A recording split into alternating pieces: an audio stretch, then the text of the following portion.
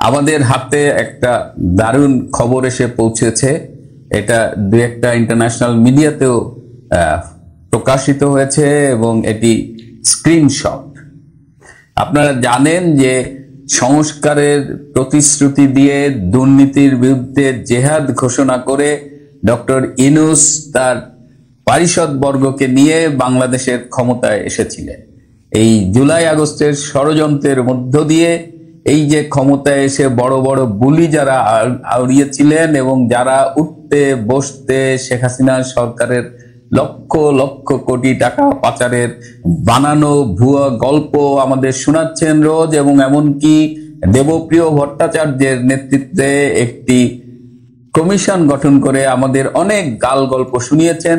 এবার ডক্টর ইউনূসের আস্থাভাজনদের দুর্নীতির স্ক্রিনশট পৃথিবীর বিভিন্ন মিডিয়ায় ঘুরে বেড়াচ্ছে। আপনারা জানেন যে এই প্রজন্ম, এই যে ডাস্টবিন শফিক তার প্রেস সচিব কিংবা উপদেষ্টা নাহিদ আসিফ বা সমন্বয়ক সার্জিস, এরা খুবই স্মার্ট ছেলে মেয়ে। এরা কি করেছে, এরা এই গত প্রায় 7 মাসে এরা ব্যাপক টাকা কামিয়েছে এবং এই টাকা কামিয়ে এরা কিন্তু প্রচলিত ব্যাংকিং সেক্টরে রাখেনি। তার টাকাগুলো তারা বিটকয়েনে কনভার্ট করে জমিয়ে রেখেছে। আমাদের হাতে এই টাকার পরিমাণ এসেছে, আমি একটু দেখে আপনাদের শোনাই।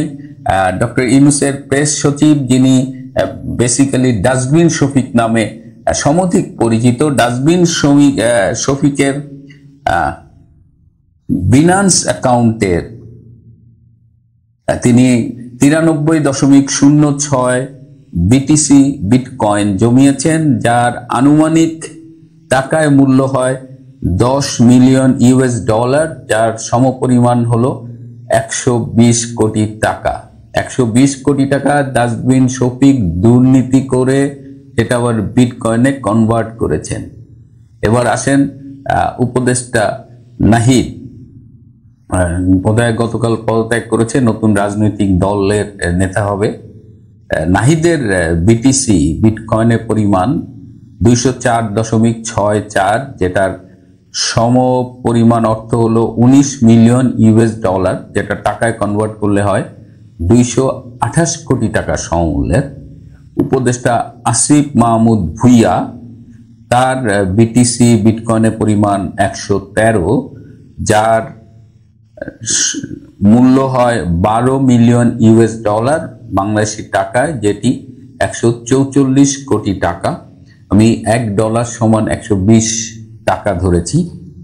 সার্জিস আলম, যে ছাত্র সমন্বয়ক, তার টাকার পরিমাণ হলো 7.76 মিলিয়ন, অর্থাৎ বাংলাদেশি টাকায় 93 কোটি টাকা। ও একটু কম আছে যেহেতু ও উপদেষ্টা হয় নাই, সুতরাং ওর লেনদেনটা সামান্য কম।